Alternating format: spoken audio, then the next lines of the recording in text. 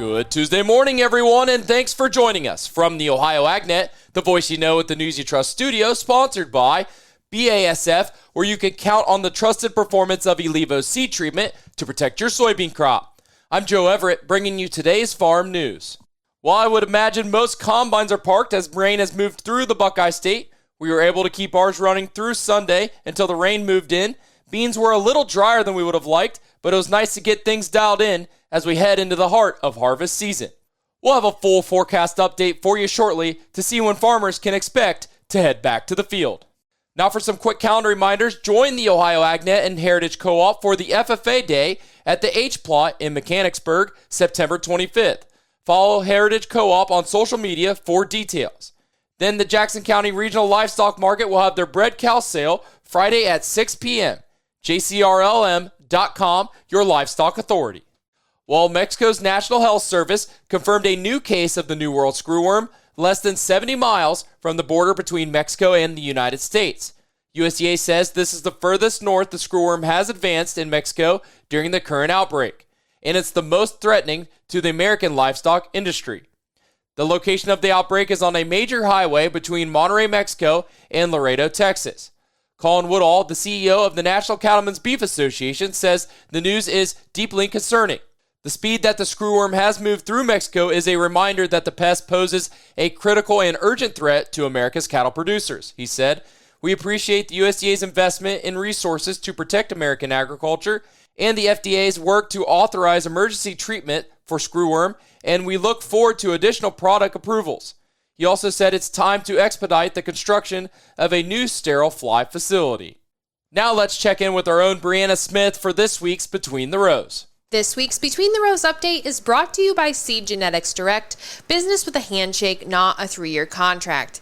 Harvest is underway across the state. Let's check in with Doug Dirkscheide in Wood County. Guys have started cutting beans up this way. I'm hearing high 50s, low 60s on them, which I'm sure are mostly early planted beans. But once again, if we could get 60 bushel beans this year with the amount of rain we've had, I think guys would be pretty happy there. Now let's check in with Joe McCandlish in Fairfield County. It looks like a lot of the earlier crops, so April planted corn, April planted beans, are starting to get, shelled and cut. Yield-wise on corn, I haven't really heard much of anything. Beans, I've heard anything ranging from mid-50s to low 80s in some spots. For average-wise, I think it's been right around 60. For the full Between the Rows update, head to ohioagnet.com. Reporting for Ohio's Country Journal and Ohio AgNet, I'm Brianna Smith. Hey, thanks, Brianna, for the update. Stay tuned. We'll be back with today's weather next here on the Ohio AgNet. Nearly 90% of farmers say that financial worries, constantly changing market conditions, and other uncontrollable variables take a toll on their mental well-being. Add in the weather and family dynamics, well, it's a lot to handle alone. But did you know farmers and their families can receive free confidential services from licensed professionals? Support is available 24/7 to help with the challenges you face. Look for Farm Family Wellness Alliance under the Resources tab at farmfoundation.org. Take care of yourself. Your well-being matters. Farmers, be safe moving from field to field this season. Keep your warning lights clean and in good working order for roadway travel. Take a few minutes to check your lights and reflectors and make sure your slow-moving vehicle emblem is visible as you share the road. An ounce of prevention is worth a pound of cure. This message provided to you by the Ohio AgNet, OSU Extension Ag Safety and Health Team, and this station. You're tuning in on the Ohio AgNet. Today's weather brought to us by Seed Consultants. Simply better performance online at seedconsultants.com. Here's the forecast. More moisture moving across Ohio, and I don't think many are complaining. I'm Chief Meteorologist Ryan Martin. Let's take a look at that forecast update here. In the state of Ohio, we're looking at another round of decent moisture coming through over the next few days.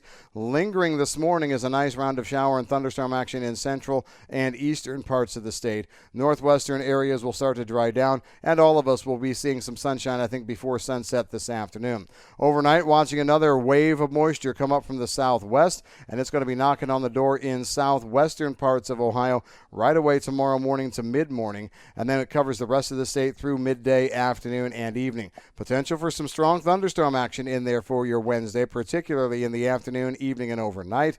100% coverage out of that rain. Wraparound backside moisture will hold through Thursday with some decent cloud cover, and then we clear out on Friday. All in, all done. Come from right now through Thursday overnight. I think we have to pencil in another half to at least 2 inches of precipitation, maybe slightly higher totals if those strong thunderstorms hold together in southwest and central parts of Ohio. Now, on Friday, we clear out, look for a nice day there. Dry weather comes back. We stay dry and sunny then through the weekend and all the way through next week. From this Friday to next Friday, no rain in sight.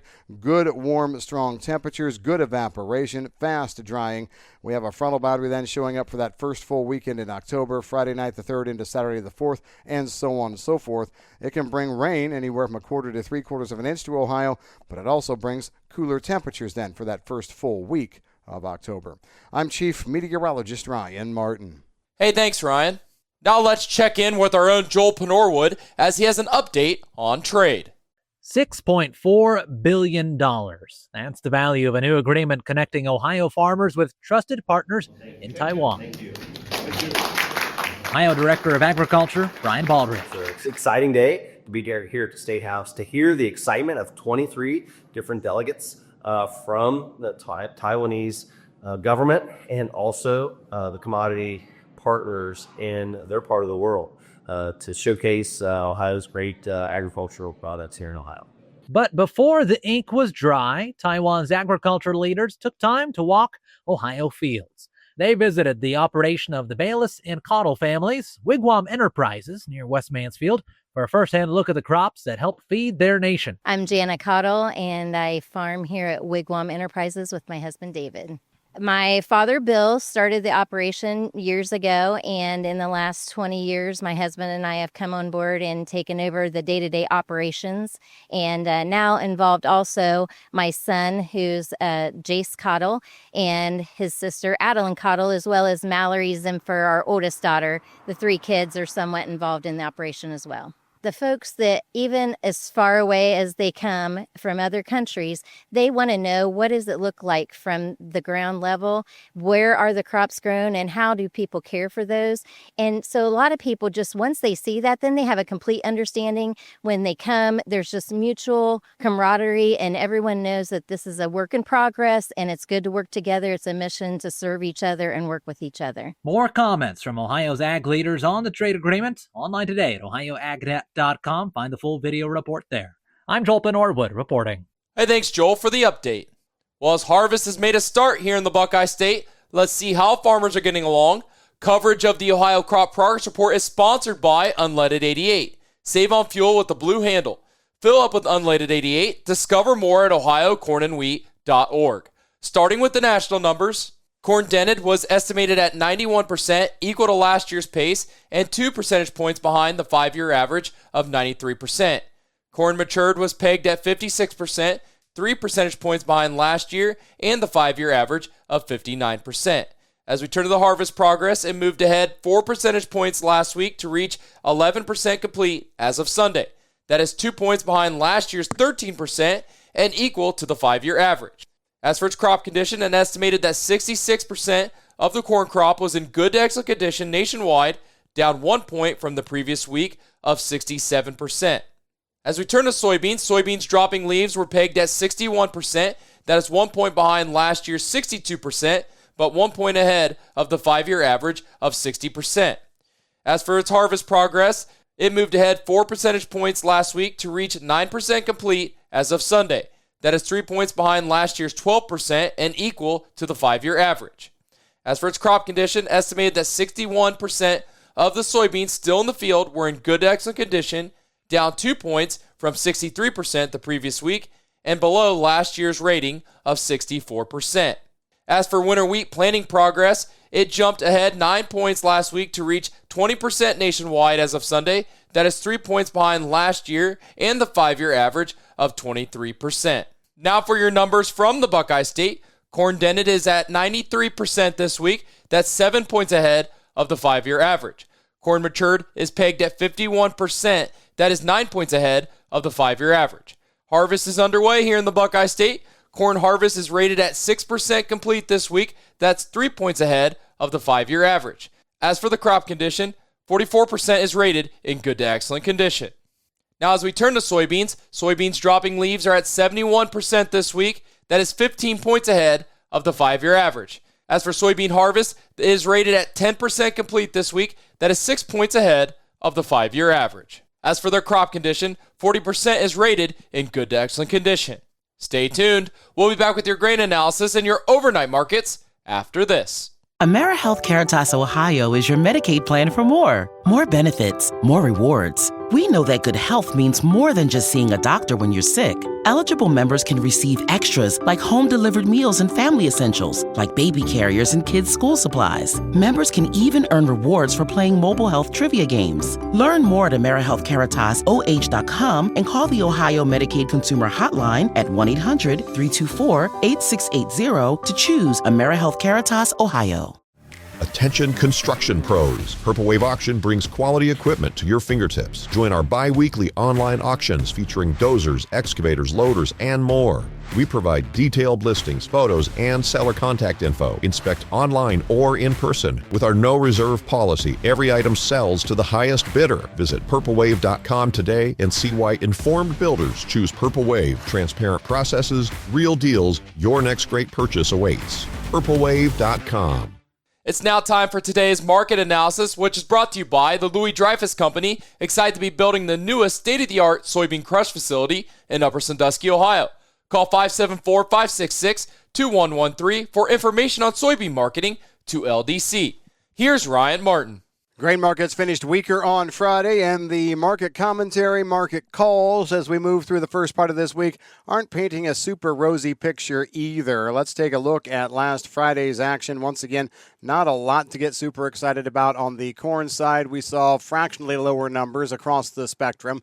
Beans were down anywhere from 10 to 12. Wheat down 1 to 2 in Chicago, down 2 to 3 in KC, and down about 3 to 4 cents in Minneapolis. The big story from last Friday was the fact that President Trump and Chinese President Xi chatted for over 2 hours on Friday morning into the midday hours, but it was mostly on TikTok's new majority U.S. ownership and other items that did not include agriculture. According to the Truth Social account from President Trump, the talk included trade, fentanyl, the Russian war against Ukraine.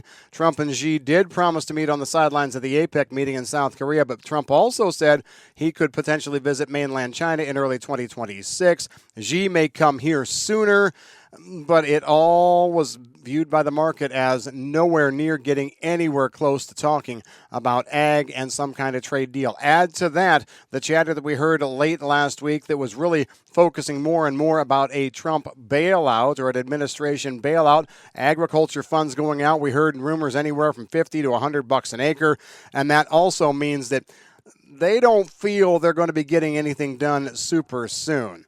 Now, we are suspecting that the 2026 visit to China by Trump is the best chance to probably hear a reaching of a comprehensive trade deal that includes U.S. ag goods. China did delay a trade deal, and another 90-day extension of the existing tariffs will likely occur at or before the APEC meeting. That's what the stories were on Friday. As we take a look at other stories out there, the soybean market is going to be closely following where the 50-day moving average is, and if it can hold at the 1025 level. That's where we closed it last Friday. Well, just above it at 1025.5. If you break that key support, that will lead to additional fund-related selling pressure. I'm Ryan Martin. Hey, thanks, Ryan. Now let's take a look at your overnight trade brought to us by Seed Consultants. Simply better performance online at seedconsultants.com. December corn 420 3/4 down a penny. March corn 437 3/4 down 1. May corn 447 down 1.5. As we turn to soybeans, November 1009.5 down 1.5. January soybeans 1029 down 1.5. And March soybeans 1045 3/4 down 1.25. And December wheat 508.5 down 2.25. Now as we turn to livestock from yesterday's close, October live cattle 237.15 up $3.57. December live cattle 240.22 up $4.50. October lean hogs, $98.80, up 82 cents. December lean hogs, $88.75, up $1.12. October feeder cattle, $361.35, up $7.25. And November feeder cattle, $359.90, up $8.97. Thanks for joining us and have a great morning, everyone. This is the Ohio AgNet.